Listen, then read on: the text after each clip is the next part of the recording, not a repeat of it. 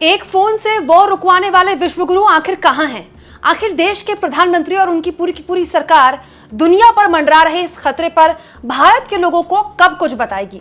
दोस्तों, एक बहुत ही चिंताजनक खबर मैं आपके सामने रखने वाली हूं और मेरी ये खबर बताने का मकसद बिल्कुल ये नहीं है कि मैं आपको डराऊं, लेकिन आपको पता होना चाहिए कि पूरी दुनिया में जो हो रहा है वो आपको, हमको कैसे प्रभावित कर सकता है। दोस्तों, प्रधानमंत्री नरेंद्र मोदी और उनकी राजनीति वैसे तो कई मुद्दों पर टिकी हुई है, लेकिन पिछले 10 सालों से हमारे कानों से तेल निकल गया है सुनते हुए कि मोदी जी कितने बड़े विश्वगुरु हैं, पूरी दुनिया में उनका कैसा डंका बज रहा है। स्वयं मोदी जी ने अपने इस तारीफ करते हुए, अपने मुंह से अपनी तारीफ करते हुए इसके नाम पर खूब वोट मांगे हैं। लेकिन आज जब देश को अपने उस विश्वगुरु को बोलते सुनना था, आज जब देश को देखना था कि प्रधानमंत्री नरेंद्र मोदी क्या वो कर पाते हैं जो सिंगापुर जैसे छोटे से मुल्क के पीएम कर सकते हैं, प्रधानमंत्री ने मायूस किया है।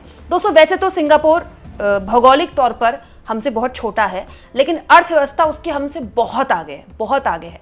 सिंगापुर के प्रधानमंत्री ने अपने लोगों के बीच आकर एक मैसेज शेयर किया है जिसकी चर्चा पूरी दुनिया में तो है ही, साथ में उन बीजेपी सपोर्टर और अंधभक्तों से भी मैं पूछना चाहती हूं कि क्या हमारे देश के प्रधानमंत्री इस तरह की हिम्मत दिखा पाएंगे। दोस्तों, सिंगापुर के प्रधानमंत्री लॉरेंस वोंग, जिनका ये वीडियो सोशल मीडिया में बहुत वायरल हो रहा है और केवल भारत में नहीं दुनिया भर में वायरल हो रहा है, अंग्रेजी में उनका एक वीडियो है। इसका संक्षिप्त में, आसान भाषा में आपको मैं एक ट्रांसलेशन बता देती हूँ कि लॉरेंस वोंग ने कहा क्या है। दोस्तों, ट्रंप ने जब से टैरिफ का ऐलान किया है, केवल भारत पे नहीं पूरी दुनिया में, पूरी दुनिया इस पर नजर गड़ाए बैठी हुई है, तो सिंगापुर के प्रधानमंत्री ने इसको लेकर एक वीडियो संदेश जारी किया अपने देश के लोगों के लिए।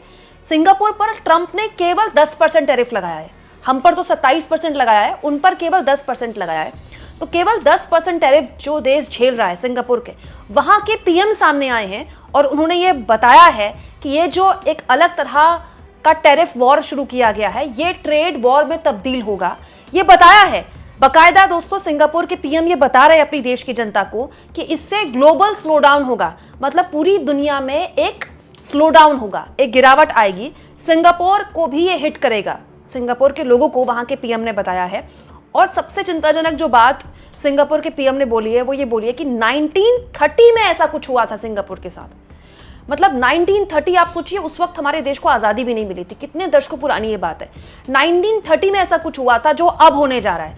मतलब सिंगापुर को लेकर इतनी बड़ी चिंता जाहिर कर रहे हैं वहां के पीएम, जबकि उन पर टैरिफ केवल 10% लगा है। यही नहीं दोस्तों, सिंगापुर के पीएम ने यह भी कहा है कि ग्लोबल इंस्टीट्यूशंस वीक हुए हैं और उन्होंने ये कहा, जो कि सही बात है, कि WTO परफेक्ट नहीं है, लेकिन उससे बहुत फायदा हुआ है पूरी दुनिया को, अमेरिका को भी बहुत फायदा हुआ है।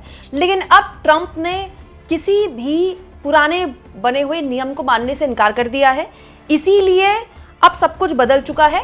हालांकि वहां के पीएम ये कहते हैं कि हम अपने आप को और मजबूत करेंगे, लेकिन ये बड़ी बात है कि वहां के पीएम अपनी जनता के बीच आकर बता रहे हैं कि आने वाला वक्त मुश्किलों का हो सकता है।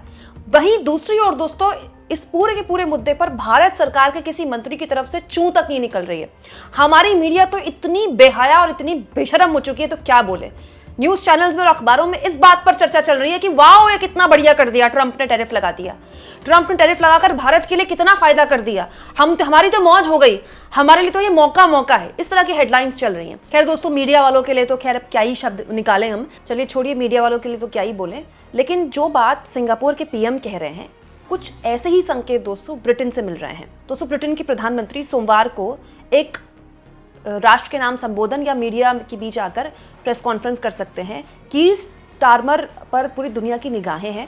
ऐसी जानकारी मिल रही है कि कीर स्टारमर दुनिया के बीच आकर ये आधिकारिक तौर पर ऐलान कर सकते हैं कि ये जो वैश्वीकरण का दौर है, ग्लोबलाइजेशन का जो दौर है, वो औपचारिक तौर पर एक तरह से आप खत्म मान लीजिए।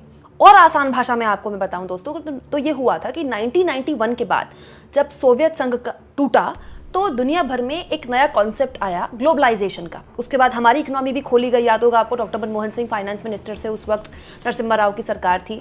वो सब बातें आप जानते हैं, मुझे आपको बताने की ज़रूरत नहीं है। लेकिन ये जो ग्लोबल एक चलन शुरू हुआ कि हर कंट्री ने अपनी इकोनॉमी खोल दी। हमारे यहाँ बाहर की कंपनियाँ आकर काम कर रही हैं, बाहर देशों में हमारी कंपनियां काम कर रही हैं। इससे हर देश को कुछ ना कुछ मिला, अमेरिका को बहुत कुछ मिला। आज अमेरिका इतनी बड़ी ताकत है तो ग्लोबलाइजेशन की वजह से ही है। पूरी दुनिया का टैलेंट उसने अपने यहाँ बुलाया, पूरी दुनिया से ट्रेड किया, पूरी दुनिया को आज भी हथियार बेच बेच कर अमेरिका खूब पैसा कमाता है। और भारत जैसे देशों को भी बहुत कुछ मिला। हमारे यहाँ देखिए इतने आईटी हब्स बन गए, गुड़गांव एक आईटी हब है, हैदराबाद एक आईटी हब है, बैंगलोर एक आईटी हब है, और इतने बड़े स्तर पर आईटी का पूरा पूरा एक सेक्टर हमारे यहाँ बड़ा हो गया। इसके अलावा भी हमको बहुत फ़ायदा हुआ इसका। लेकिन अब ये जानकारी मिल रही है कि सोमवार को ब्रिटेन के प्रधानमंत्री इसका औपचारिक ऐलान कर सकते हैं कि क्योंकि ट्रंप अनाप शनाप टैरिफ वसूल रहे हैं सारे देशों से, तो अब उनसे लड़ने के अलावा कोई विकल्प नहीं बचा है। और ये मान के चलना चाहिए कि जो ग्लोबलाइजेशन का दौर जिससे हर देश को कुछ ना कुछ फ़ायदा मिला, वो लगभग अब खत्म होने की कगार पर है। और जो बात हो सकता है कि ब्रिटेन के पीएम कहें, HSBC के प्रमुख पहले ही कह चुके हैं। दोस्तों, HSBC के प्रमुख सर मार्क टकर ने माना था कुछ दिन पहले कि वैश्वीकरण का जो दौर है वो खत्म हो गया है। दुनिया भर में जो एक नया दौर शुरू हुआ था जिससे पूरी दुनिया को बहुत कुछ मिला, परफेक्ट नहीं था वो, कोई भी सिस्टम परफेक्ट नहीं होता है, कमियां सब में होती हैं, लेकिन उससे सबको सब कुछ मिला। और हमको तो बहुत कुछ मिला है दोस्तों। हमारा जो पूरी ग्रोथ स्टोरी है, भारत की जो पूरी ग्रोथ स्टोरी है, वो ग्लोबलाइजेशन से ही तो है। लेकिन अब दोस्तों HSBC के प्रमुख का ये कहना है कि अब दुनिया अलग अलग खांचों में बंट सकती है। अब आने वाला वक्त कैसा होगा उसकी तो भविष्यवाणी कोई भी नहीं कर सकता। लेकिन दोस्तों, अब इस बात को हम हल्के में नहीं ले सकते, क्योंकि सिंगापुर के पीएम तो अपनी जनता को संबोधित कर रहे हैं कि आने वाला वक्त मुश्किलों वाला हो सकता है, हम इसके लिए अपने आप को तैयार करेंगे। लेकिन एक अजीब से स्लो डाउन से पूरी दुनिया जूझेगी। अब दोस्तों देखिए, पूरी दुनिया में कितना कुछ हो रहा है। हर देश का प्रधानमंत्री जो इससे प्रभावित होगा, सब अपने देशों के जनता को संबोधित कर रही हो। और हमारे मोदी जी क्या कर रहे हैं, मतलब सोचिए, विश्व गुरु लेवल के नेता को कम से कम आगे आकर फेस करना चाहिए ना, उनको बताना चाहिए। और दोस्तों, ऐसा करने से मुझे बिल्कुल नहीं लगता कि मोदी कहीं से कमजोर साबित होंगे। क्या सिंगापुर के पीएम सामने आ सकते हैं, ब्रिटेन के पीएम सामने आ सकते हैं, तो हमारे पीएम भी सामने आए, हमारे पीएम भी बताएं, हम साथ खड़े हैं उनके। इसके अलावा विकल्प क्या है हम भारतीयों के पास? भाई, पूरी दुनिया लड़ रही है अपने अपने स्तर पर इस टैरिफ वॉर में, अपने लिए स्कोप देख रही है, एक नया समीकरण तलाश रही है। तो हम भी यही चाहेंगे ना कि हम भी इस प्रतिस्पर्धा में आगे बढ़े। लेकिन अजीब सी बात देखिए, पूरा का पूरा संसद सत्र चला गया, सत्र चल रहा था तो टैरिफ का ऐलान किया गया था अमेरिका के राष्ट्रपति द्वारा। इस सरकार के एक मंत्री ने चूं तक नहीं की। हमारे यहाँ चर्चा किस बात पे हो रही है? वक्फ संशोधन बिल पर। प्राथमिकताएं देखिए। और तो और दोस्तों, अब तो एक पूरा का पूरा मामला खत्म हो गया। कम से कम चलिए, मोदी जी नहीं आ पा रहे मीडिया के आगे, प्रेस कॉन्फ्रेंस तो मोदी जी नहीं करते, बैठकर एक वीडियो संदेश भी नहीं उन्होंने जारी किया, अपने किसी मंत्री को आगे कर दें।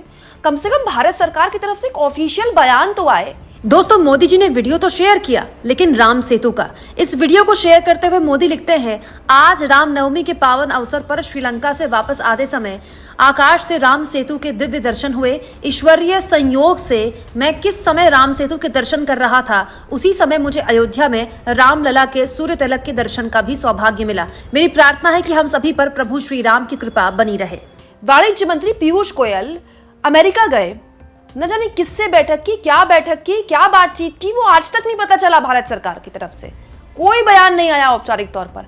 और अब जब पूरी दुनिया के प्रधानमंत्री अपनी जनता को संबोधित कर रहे हैं, आने वाले मुश्किल वक्त के लिए तैयार कर रहे हैं, हमारे देश की सरकार इस पूरे मुद्दे पर चुप है। दोस्तों, मैं तो मानती हूं कि अगर इस सरकार ने इस पूरे मामले में बयान जारी करके देश के लोगों से सपोर्ट मांगा होता, तो देश के लोग छोड़िए, विपक्ष से भी सरकार को सपोर्ट मिलता। क्योंकि ऐसा नहीं है ना कि ट्रंप केवल भारत के साथ ऐसा कर रहे हैं, दुनिया भर के देशों पर उन्होंने टैरिफ लगा दिया, बेमतलब का टैरिफ लगा दिया। उनके खुद के देश में इसका असर देखने को मिला है। बड़े स्तर पर लगभग हर राज्य में अमेरिका के उनके विरोध में लगातार प्रदर्शन हो रहे हैं और उनके खिलाफ लगातार वहां पर प्रोटेस्ट हो रहे हैं। हालत ये हो गई कि लोग चाहते हैं कि 3 महीने पहले राष्ट्रपति बने ट्रंप अपनी कुर्सी छोड़ दें, तो उनके अपने देश में उनको विरोध का सामना करना पड़ रहा है। तो हम क्यों नहीं इस पूरे मुद्दे पर खुलकर बात कर सकते हैं? दोस्तों, आप इस मुद्दे पर क्या सोचते हैं? एक विश्व गुरु लेवल के नेता को ये क्या शोभा देता है? कमेंट बॉक्स में जरूर लिखें और जितना हो सके चैनल को शेयर करें, सब्सक्राइब करें और थैंक्स फॉर ज्वाइन के ऑप्शन से दोस्तों, अगर आप चाहें तो कुछ आर्थिक मदद भी चैनल की जरूर करें।